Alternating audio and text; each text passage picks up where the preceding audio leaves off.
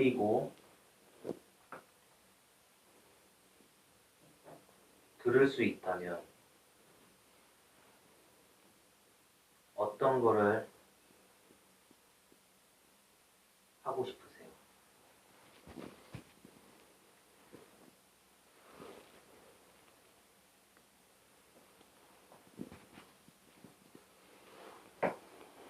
일단 보고 싶은 게 제일 좋아요. 예전에 농아인 얘기만 할 때는 보였었는데, 그러면 여러 가지 세계들, 여러 가지 이제 세상 돌아가는 것들, 이런 것들을 많이 볼 수 있었습니다.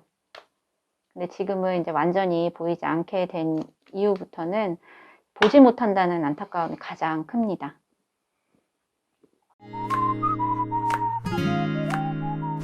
안녕하세요. 저는 귀가 들리지 않고 눈이 보이지 않는 시청각 장애인입니다. 처음엔 밖에 나가 보행을 시도하는 것조차 큰 도전이었지만 이번 일자리를 통해 많은 경험을 할 수 있었습니다. 제 이야기를 들려드리겠습니다. 촉수어, 필담, 그리고 한 손으로 소통하는 시청각 장애인. 여러 우여곡절 끝에 음식점 편의시설을 모니터링하기 위한 체크리스트를 작성하였습니다. 그리하여 완성된 체크리스트를 바탕으로 1차 외부 접근성 평가를 시행하였습니다. 점자 블럭과 랜드마크 등을 확인하며 음식점의 접근 가능성을 평가한 것입니다. 와, 대박. 성공입니다. 2차 평가는 1차 평가에서 높은 점수를 받은 음식점에 한해 진행되었습니다. 직접 서비스를 이용해보는 건데요. 직원분의 필담 협조 여부 등을 통해 2차 평가를 시행하였습니다. 위 가게에서는 필담으로 주문까지 가능하였습니다.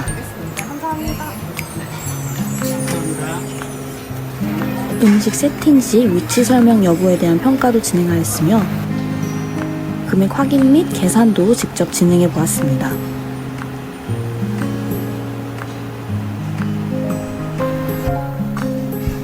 아주 만족스러운 모니터링이었습니다.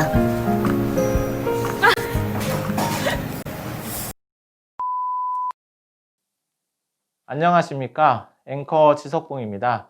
오늘 시소TV에서는 시청각 장애인분들을 만나기 위해 종로 5가에 있는 실로암 시청각장애인 학습지원센터에 찾아왔습니다. 시청각 장애란 무엇이고 시청각 장애인들은 어떻게 세상과 소통하는지, 그리고 그들은 우리에게 어떤 말을 전하고 싶은지 직접 만나서 이야기를 들어보겠습니다. 그럼 저와 함께 가보시죠.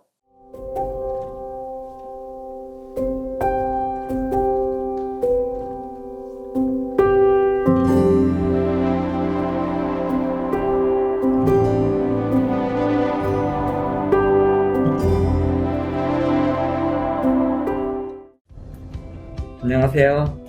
실로암 시청각장애인 학습지원센터 사무국장 박명수입니다. 시청각장애는 시각과 청각 기능의 동시적 손상으로 인해 시청각, 감각 기능을 적절히 수행할 수 없는 장애인을 의미하는데요.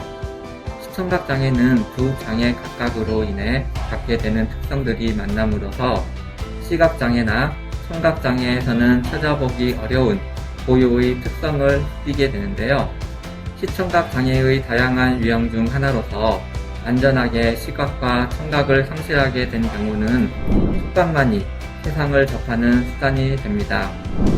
이는 시청각 장애인의 특성은 시각과 청각 사이에 긴밀한 상호 보완성을 잃게 되는 것과 깊은 연관성이 있는데요. 시각과 청각 중 한 감각만 장애가 있으면 다른 감각의 역할이 커짐으로써 이를 보완하게 되는데요.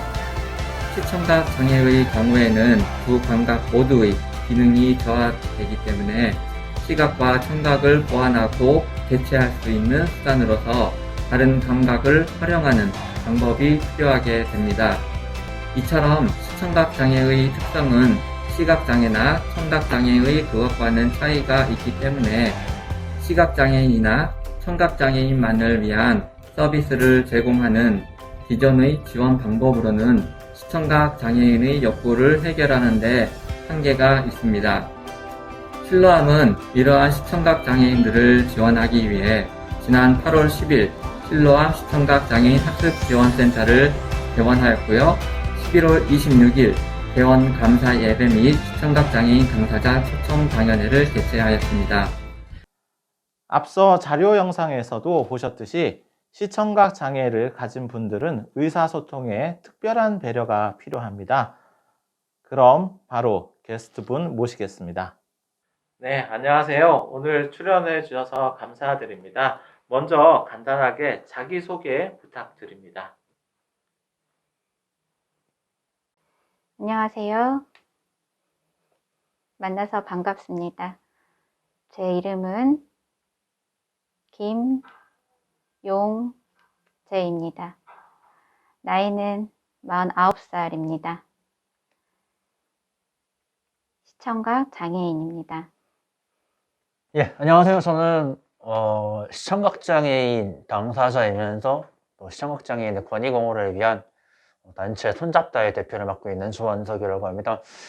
혹시 실례가 되지 않는다면 지금 가지고 계시는 장애가 어느 정도인지 시청자분들께 간단히 설명해 주시면 고맙겠습니다.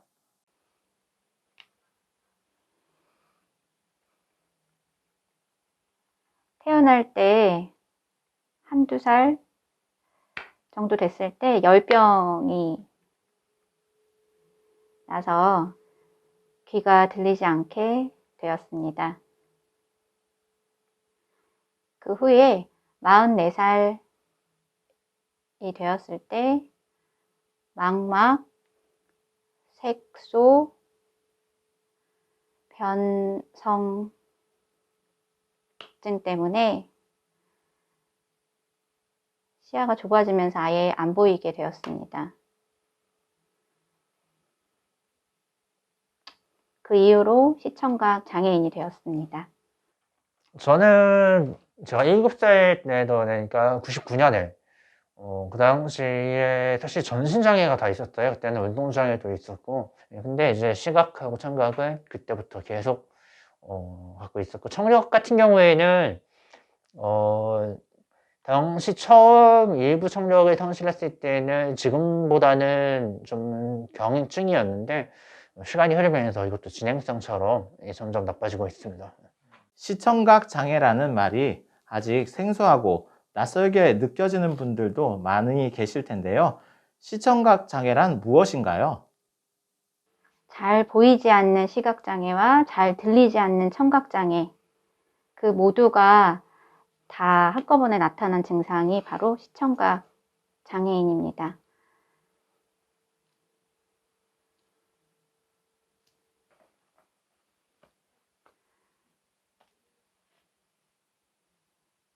저는 아예 보이지 않고 아예 들리지 않습니다.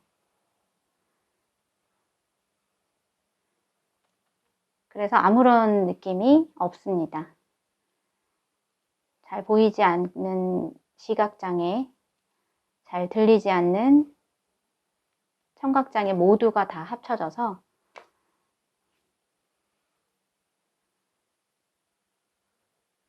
시청각 장애인이라고 말합니다.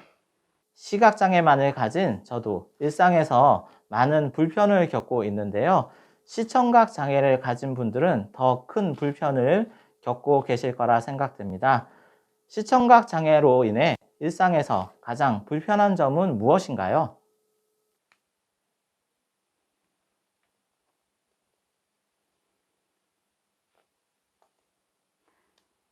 수화를 잘 모르는 다른 사람들을 만났을 때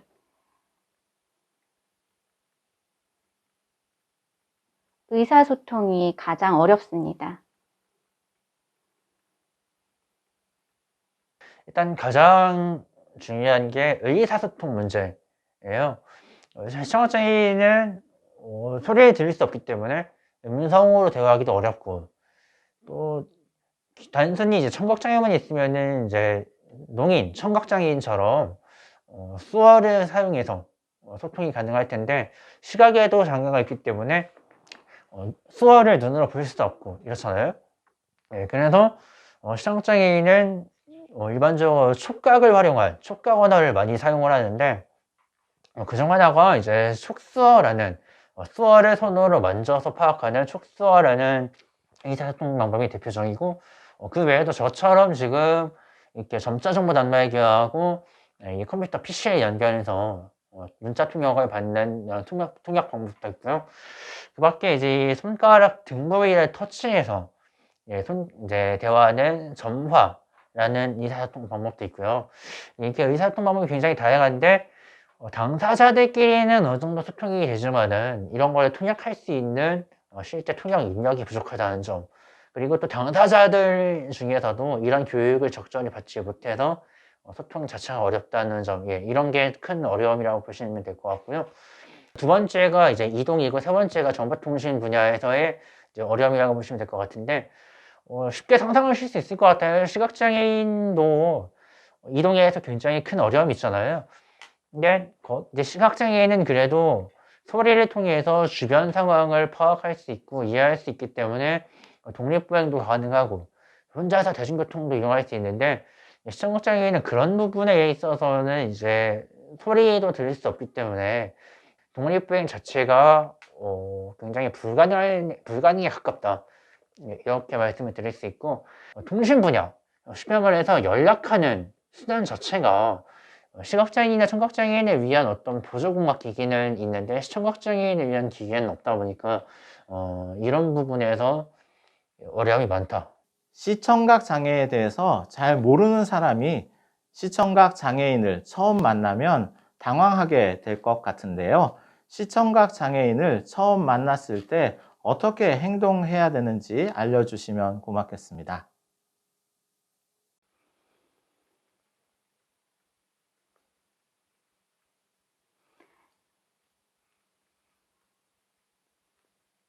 시청각 장애인을 만났을 때 제일 처음 어깨에 대고 혹은 팔 위를 대고 위치를 두들겨주면은 제가 느낌이 와서 그때부터 대화가 가능합니다. 그리고 그 대화는 손바닥에 이렇게 글씨를 쓰는 걸로 소통이 가능합니다. 시청장애인에 대할 때 특별한 방법이 있다, 이런 것보다는 사람으로서 대한다고 생각하고, 단지 사람이 시각과 청각의 장애가 있기 때문에 이 사람의 입장에서 어떻게 했을 때 예를 들면 아까 말 걸 때라든지 그런 상황에서 어떻게 하면은 이 사람이 놀라지 않고 또 내가 누군지 알고 이렇게 소통이 가능할까, 이런 거를 고민해 보는 게 중요하다고 생각합니다. 마지막으로 시청각 장애가 아직 낯설게 느껴지는 시청자들에게 전하고 싶은 말씀이 있다면 해주십시오.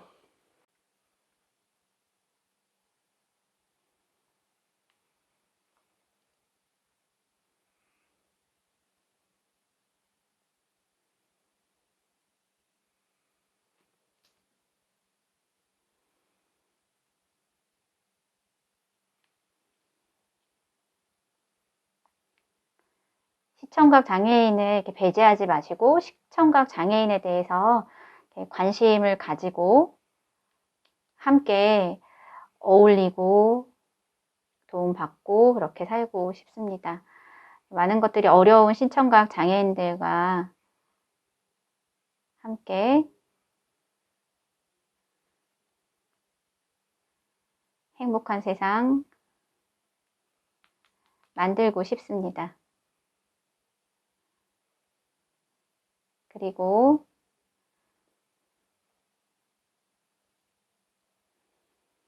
어려운 시청각 장애인이 있다면 그들을 만났을 때 꼭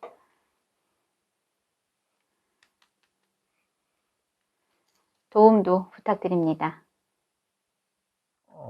우리나라 장애인 복지가 장애인의 어떤 삶의 질이 과거보다 많이 나아졌다고는 하지만은 여전히 여러 가지 오점들이 많다, 이렇게 말씀들을 많이 하실 거예요. 특히 장애인 당사자분들이 그러는데 그분들에 비해서도 시청각장애인은 더 사각지대, 더 복지 사각지대에 있고 인권 사각지대에 있는 사람들이다라고 말씀을 드리고 싶은 게, 시청각장애인은 아직까지도 법적으로 별도의 장애 유형으로 인정받지도 못하고 있고, 그래서 시청각장애인에 대한 맞춤형 어떤 정책적, 제도적 지원이 전무하다 보니까 그러한 이제 제도라든지 정책이 만들어지고 실제 서비스가 이루어지기 위해서는 이것이 반드시 필요하다라는 어떤 공론화가 이루어져야 되잖아요. 사회적으로 이게 이슈화 되어야 되고, 이런 걸 할 수 있는 게 저는 이 시도TV를 보시는 분들, 사회 전체 여러분들이 해주실 수 있는 역할이라고 생각을 하는데요.